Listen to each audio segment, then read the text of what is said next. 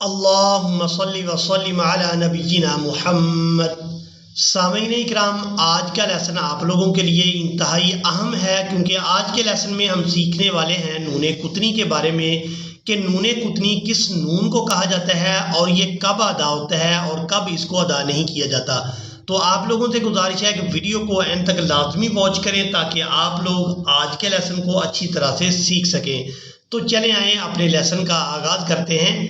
اعوذ باللہ من الشیطان الرجیم، بسم اللہ الرحمن الرحیم۔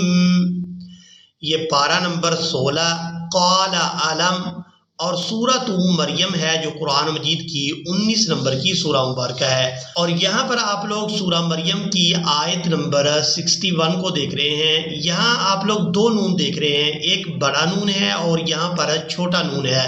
اس چھوٹے نون کو نون قطنی کہا جاتا ہے۔ کبھی یہ آیت کے درمیان میں آتا ہے جیسے یہاں پر ہے، اور کبھی یہ آیت کے مکمل ہونے پر آتا ہے۔ تو اب ہم نے اس کو یہاں پر ادا کرنا ہے کیونکہ یہ آیت کے درمیان میں ہے، تو آپ لوگ مکمل توجہ کے ساتھ اس لفظ کی ادائیگی کو سیکھیں گے۔ جنات عدن التی، پہلے نون کو اپنی حرکت یعنی زیر کے ساتھ ادا کریں گے، اور اس نون قطنی کو، یہ جو چھوٹا نون ہے اس کو نون قطنی کہا جاتا ہے۔ اس نون کو ہم نے لام مشدد کے ساتھ ملانا ہے، اور یہاں یہ آیت کے درمیان میں ہے تو یہاں پر یہ ہر صورت ادا ہوگا، اور یہاں ہم نون کو لام مشدد کے ساتھ ملائیں گے۔ نون لام زیر نیل لام زبر لا، نیل تا یا زیر تی، نیلتی، جنات عدن التی۔ یہاں پر اس بات کو نوٹ کر لیں کہ یہ جو بڑا نون ہے یہ نون قطنی نہیں ہے، یہ جو چھوٹا نون ہے کبھی یہ آیت کے درمیان میں آئے گا اور کبھی یہ آیت کے مکمل ہونے پر آئے گا۔ اس چھوٹے نون کو نون قطنی کہا جاتا ہے، اور اگر یہ آیت کے درمیان میں آئے تو اس کو ہم ہر صورت ادا کریں گے۔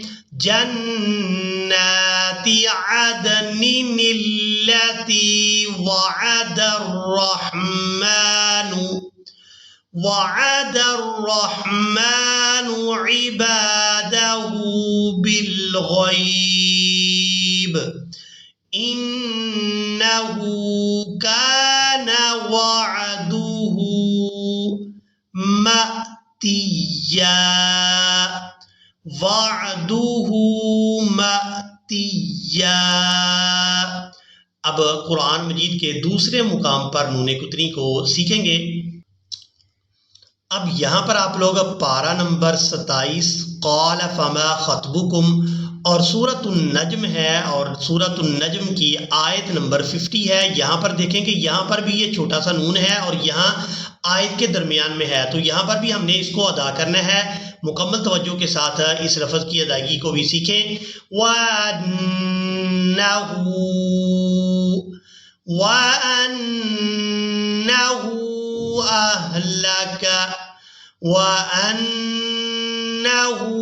أَهْلَكَ عَادًا الْأُولَىٰ۔ بعض لوگ یہاں پر مسٹیک یہ کرتے ہیں کہ نون کو کوئی علامت سمجھ کر چھوڑ دیتے ہیں، دال کو لام ساکن کے ساتھ ملا دیتے ہیں، تو ہم نے دال کو اپنی حرکت یعنی زبر کے ساتھ ادا کرنا ہے، اور یہاں پر جو آپ لوگ نون دیکھ رہے ہیں اس نون قطنی کو ہم نے لام ساکن کے ساتھ ملانا ہے۔ عین الف زبر ع، دال الف زبر دا، عادا۔ لیکن چونکہ اب ہم نے یہاں پر نون قطنی کو ادا کرنا ہے تو ہم نے دال کو اس الف کی وجہ سے کھینچ کر ادا نہیں کرنا، تو یہاں دال کو پڑھیں گے دال زبر دا، عادا، عادا۔ نون کو لام ساکن کے ساتھ ملائیں گے، نون لام زیر نیل، عادا نیل، حمزہ واو پیش او، عادا نیل او، لام کھڑی زبر لا، عادا نیل اولا۔ وَأَنَّهُ أَهْلَكَ عَادًا الْأُولَىٰ، عَادًا الأولى۔ اب ہم قرآن مجید کے تیسرے مقام پر نون قطنی کو پڑھنا سیکھیں گے۔ اب آپ لوگ یہاں پر سورہ ملک اور اس کی آیت نمبر 1 کو دیکھ رہے ہیں۔ یہاں پر دیکھیں کہ آیت مکمل ہو رہی ہے اور یہاں پر نون قطنی ہے۔ اب یہاں ہم نے نون قطنی کو ادا کرنا ہے یا نہیں کرنا، اس بات کو بھی آپ لوگ مکمل توجہ کے ساتھ سیکھیں کہ اگر نون قطنی آیت کے آخر میں آئے، یعنی آیت کے مکمل ہونے پر نون قطنی آئے، تو وہاں پر 2 شرطیں ہوتی ہیں کہ اگر ہم نے آیت کے مکمل ہونے پر وقف نہیں کرنا تو پھر ہم نے نون قطنی کو ادا کرنا ہے، اور اگر ہم یہاں پر وقف کر دیں گے، یعنی آیت کے مکمل ہونے پر وقف کر دیں گے، تو پھر ہم نون قطنی کو ادا نہیں کریں گے۔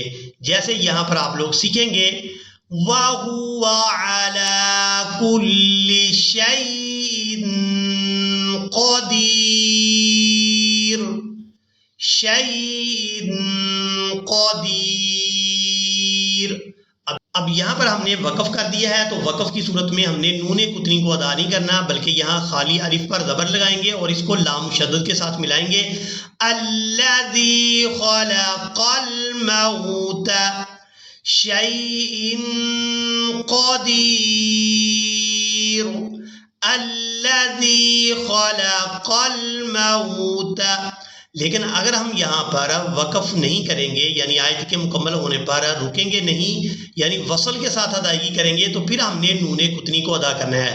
را کو لام مشدد کے ساتھ پھر ہم نے نہیں ملانا، را کو اپنی حرکت کے ساتھ پڑھیں گے اور نون کو، یعنی اس نون قطنی کو لام مشدد کے ساتھ ملائیں گے۔ وَهُوَ عَلَى كُلِّ شَيْءٍ قَدِيرٌ الَّذِي۔